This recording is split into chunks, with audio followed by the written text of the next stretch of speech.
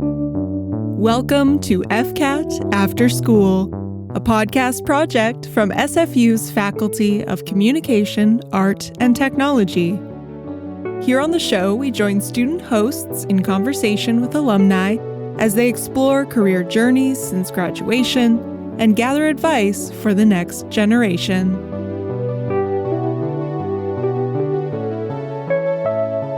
In this episode, School of Contemporary Art student Zoe Braithwaite catches up with program alum and award-winning lighting and set designer Sophie Tang. From the Stratford Festival to Vancouver Opera, you'll find Sophie's lighting-focused artistry and storytelling practice across theater, opera, and dance. Sophie shares with us her experiences navigating school from SFU School of Contemporary Arts, changes in disciplines, and approaches to education, all leading to a flourishing career in lighting-focused artistry and storytelling. Here are FCAT's own Zoe Braithwaite and Sophie Tang.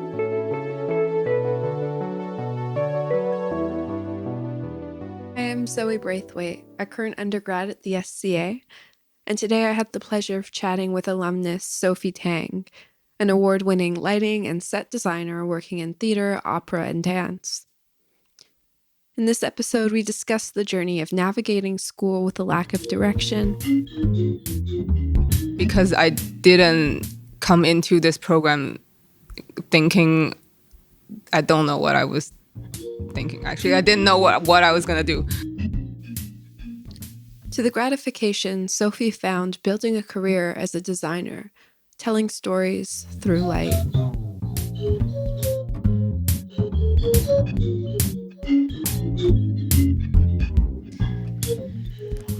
All right. So Sophie, how are you doing? Good. How are you? Good. Thank you. I'm excited to be talking with you today. Thank you again. I was curious just to get a little bit of background for our listeners. What were the steps you went through? Like, kind of walk us through, like, in the program at SFU doing your undergrad to where you are now. I actually started at SFU as a visual art major. Oh, okay. In first year. And then I took a theater class because I don't know how it is now, but back in the days, we all have to take one dance, one acting, one like visual art, and one theater, and one of everything. Yeah. And I took one theater, and I was like, oh, this is interesting. I didn't know this was a option for a job. Yeah. And then I took another one because it's supposed to be easy credit per se back in the days because there's no essay to write. Yeah. So I took another one, and then the professors talked to me and be like, we think you'll be a good fit in the theater program. Why don't you consider like transferring over or doing a double major? I considered double major, but then because they're all in the contemporary arts program, the class times all overlap with each other. Oh, yeah. So it would take like 7 years to graduate because you also have to do double amount of the WQB. So I didn't do that. And then I was in like second year of visual art, but then I decided to transfer over to theater because visual art is something you can practice on your own outside of school, but theater, you kind of need the equipment and need the people to do it together. So that's why I decided to transfer to theater in the end. Right. So you graduate from SFU in theater production, and then you go on to do your master's right away? I did. I went to do my master's right away because I know it might be hard for me to be working for a while and then go do my master's because that would mean to stop working. And at the moment of graduation, I felt I wasn't ready to be a full-time theater artist because I didn't build my circle enough. So that's why I decided to do my master's right away. Right. And so, you did your master's at UBC. There's the stereotype that SFU is the very contemporary program and UBC is super traditional. What was that transition like changing gears and doing a more traditional program? It was very interesting because SFU doesn't have a fly house, and UBC's main stage is a fly house. And my focus here at SFU was actually set and props, but I did do a bit of lighting. And then when I went to UBC, I also did double thesis in set and lighting. But my main focus was more on lighting because I didn't have the opportunity to learn about a flat house here. And the experience is quite different. And until now, like in the same, my work is still separated into the SFU type of work and the UBC type of work. And I think it was very beneficial for me to see both side of the world in theater. Yeah. So you did your master's at UBC. What came after that? I was invited to design for a show. It's called Titus Buffonius, and that show won like 8 Jessies, I think. So it was really a jumpstart of my career. I didn't really know what I was going into when I took that job, but then that kind of became a starting point, and then I started designing for professional theaters outside of school, kind of right out of the bat. I think I was still in school, almost graduating when I took that job. And then I just been designing in places. And through the process, I decided that I like lighting more than set. So I've been doing less set and more lighting because just lighting has more freedom in the real world. Because set would have budgeting or vision or just construction, just all kinds of obstacles. And lighting, if something doesn't work out, I can change where the light is or use a different light. And there's always an easy enough solution for me to pivot. Whereas set, I always find the process a little bit backwards because a lot of the information and inspiration would actually come out of rehearsal. But at that point, the set is already decided and already being built, at least in a traditional way.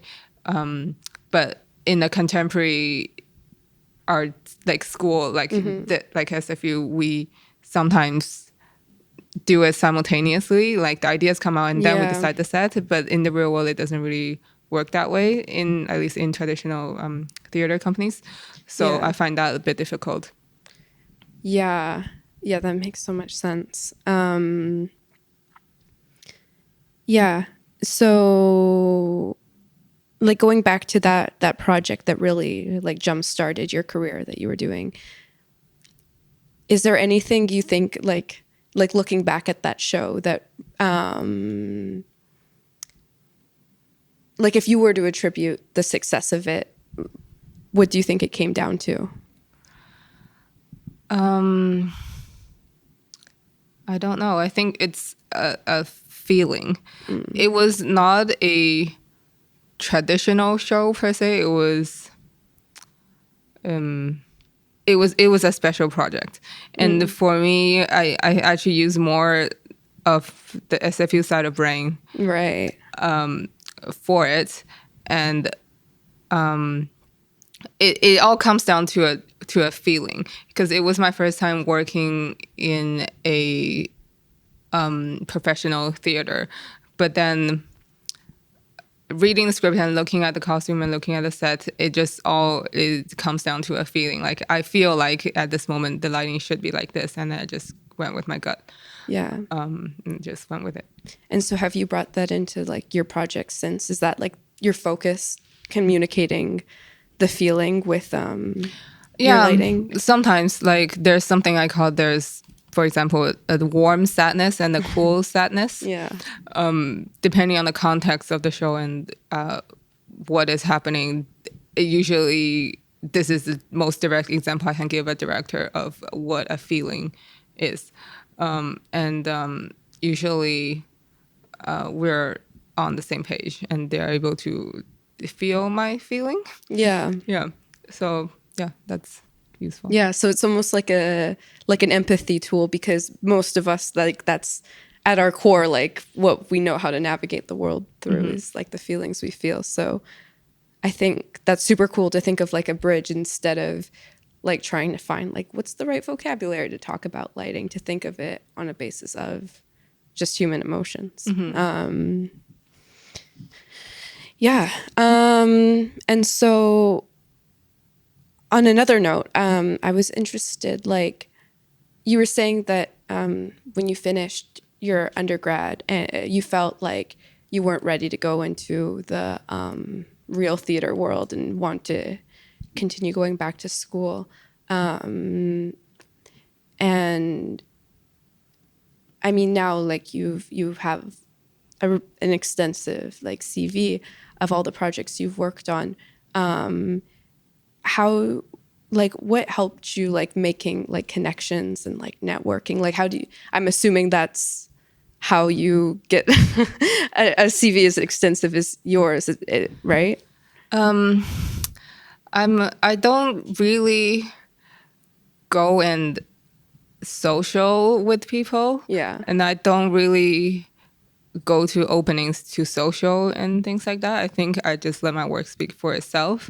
And when I work with someone, either they wanted to work together, like collaborate again, or they would recommend me to someone, or actually some of my old professors from both SFU and UBC recommended some stuff for me in the beginning. And then it kind of just built on from there. And then because there's not a lot of female lighting designers out there, at least in BC. Yeah. So for some projects, people are specifically looking for a female or a full female team or something like that. And that kind of helped my career in a sense, because just being one of the not very many female and also BIPOC lighting designers, kind of I fit into certain categories that people were looking for.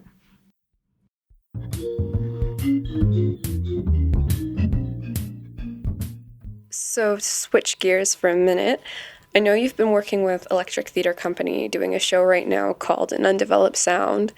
I'd love if you could tell me how that process has been going. We've done a couple workshops for it. Last year we did a production workshop here, also in the Wong. I don't know if you heard, but the guillotine between the assembly space and the Wong came in and it got stuck.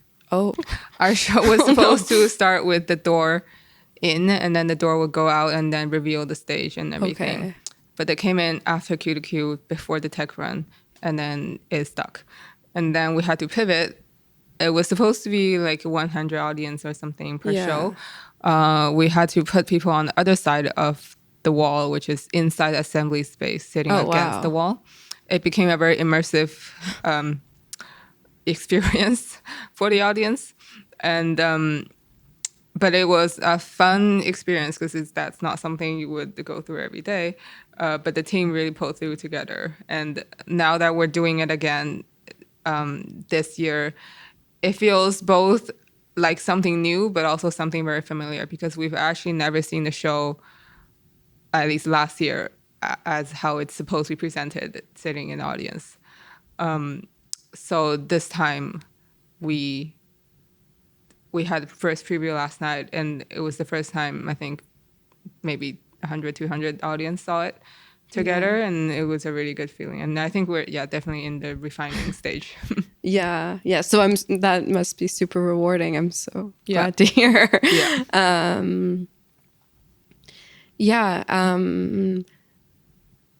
I can only imagine how insane that must have been to have to like totally re-navigate where the audience is going. It was a moment of panic because we had projection and lighting, and with the door coming in, all of the front of house position was cut off and the projector was on the other side.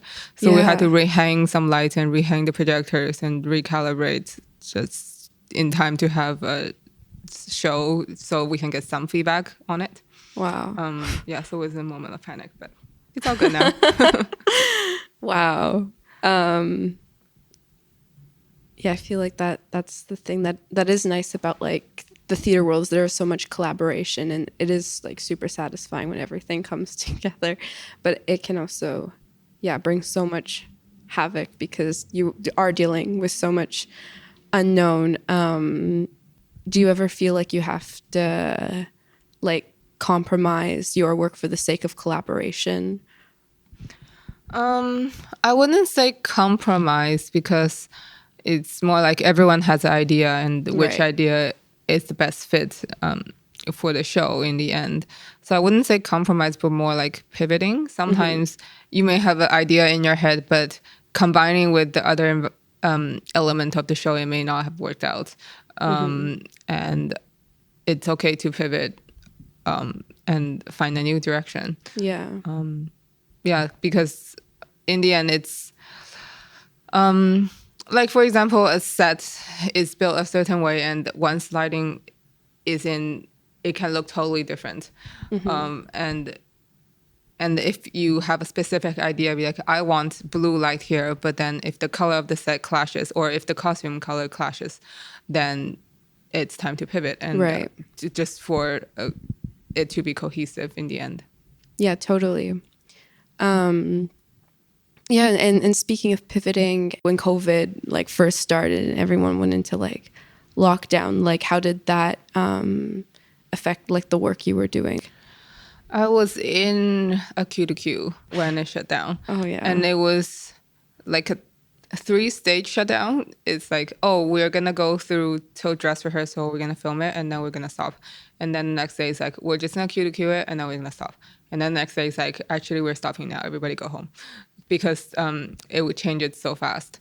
And then we just shut down. And then I was home for like 10 months, like everybody else, when everything absolutely shut down.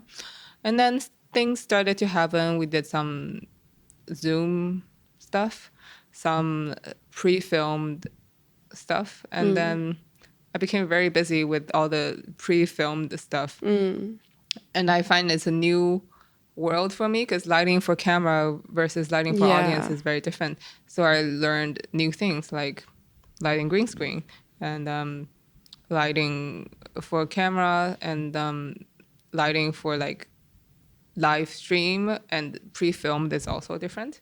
But I did a lot of those. And still, till this day, some productions are still filmed. So we would have 2 versions, one version for live audience, and then we would have a different version for filmed or live streamed versions. It's so easy to take lighting for granted. It's like lights are on or lights are off. And like sometimes I've read a script that says like mood lighting, but like what is that? Like there's no vocabulary around how we talk about lighting. And so I'm super interested, like how, like what's your process for using lighting as storytelling? So actually, one of my actor friends, when I was in school here, he dragged me into a talk with Mary Overley about viewpoints. Oh, yeah. The 6 viewpoints. And then I was like, oh, this is interesting. This is an acting thing, but I'm listening and I'm like, oh, but I think it could apply to design, because the 6 viewpoints, space, shape, time, emotion, movement, and story. Yeah. I would apply it to my design, use 1 or 2 of them, and use it kind of as a guideline for my choices for lighting. And most directors do know the viewpoints, so it's an easier way of communicating with them, so they have an idea what I'm talking about. And so, for example, if I pick time for a play, I would read the script and then decide like 1 or 2 of them. For example, one of the shows I did, I used time as a guideline, and the lighting was always changing.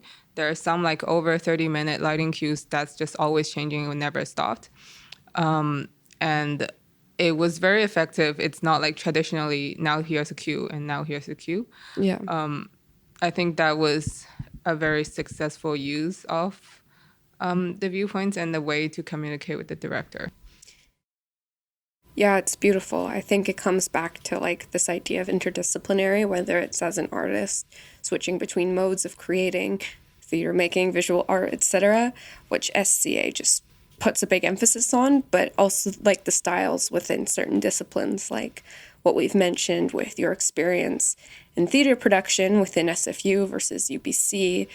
To have that vocabulary of both brings this ability to translate between and merge the two. It's so successful as a creator and a collaborator, and I think it totally shows up in your work and proven to be really successful. again, on another note, what's been your like favorite project you've worked on? Oh, I don't know. There's not really a favorite project, but I guess any project I'm working on and having a good time is my favorite project. So my favorite project at the moment is Undeveloped Sound. Oh, that's so awesome. Do you ever feel like when you're working on a project that you just hate it? I don't think so. I don't think there's any project I absolutely hate it, but there are like challenging moments sometimes. Yeah. But in the end, I wouldn't say there's a project that I hated, no. That's fantastic. I think that's something a lot of people strive for, especially in a creative industry, to be able to say like, I don't hate the projects I work on. I think that's really inspiring. I think I'm good at finding like something for myself to do, like, or some kind of inside challenges for myself. Sometimes I do some design that even audience might not even notice, but for me it's a feeling, and then if I feel the feeling, then I believe some audience will feel it too, even if it's not everybody. Maybe it's a 5% intensity change, people don't even know, but it's a feeling and some people will feel it. So yeah. One of my professors the other day, she was saying that she had a friend who was telling her that like, if you can't get out of it, you got to get into it. Yeah. And like always trying to find a way to appreciate or enjoy like what you're doing. And even, if it's something that no one else can tell, or like not a part of like the evident bigger picture, if there's something for you to find to get into it, like it'll like radically change like the way you work and make it so much more enjoyable. So I think that's like super cool to hear, like you doing it in real life and actually working. So yeah, that's really awesome.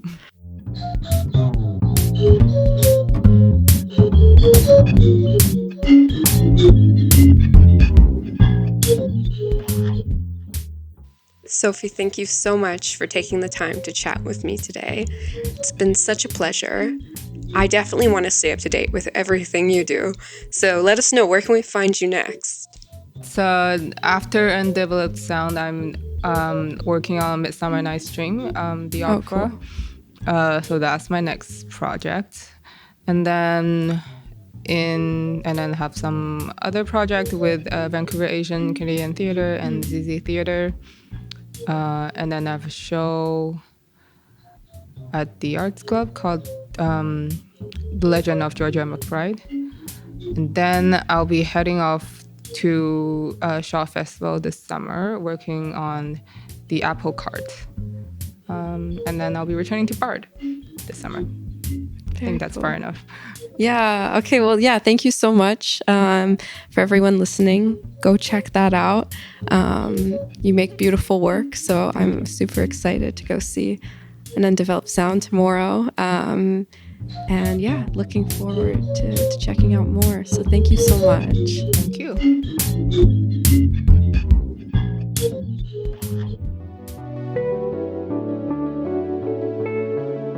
Interested in learning more about the FCAT community? Check out all our past episodes from seasons 1 and 2 in your podcast feed, and stay tuned for a new season to kick off the new school year this fall. A big thanks to Sophie Tang for joining us here on the show. You'll find links to resources mentioned and more info on Sophie and the SFU School of Contemporary Arts in the show notes. Our host for this episode was Zoe Braithwaite. Production by Zoe and me, Stacey Copeland. FCAT After School respectfully acknowledges the Musqueam, Squamish, Tsleil-Waututh, Katzie, Coquitlam, Kakite, Kwantlen, Semiahmoo, and Tawasin peoples, on whose unceded traditional territory our 3 campuses reside, and where many of these stories shared in our series take place. Make sure to rate us and subscribe to FCAT After School in your podcast app of choice so you don't miss any of our upcoming episodes. And you can follow us on social media at FCAT at SFU, that's FCAT at SFU, on Twitter and Instagram. See you next time.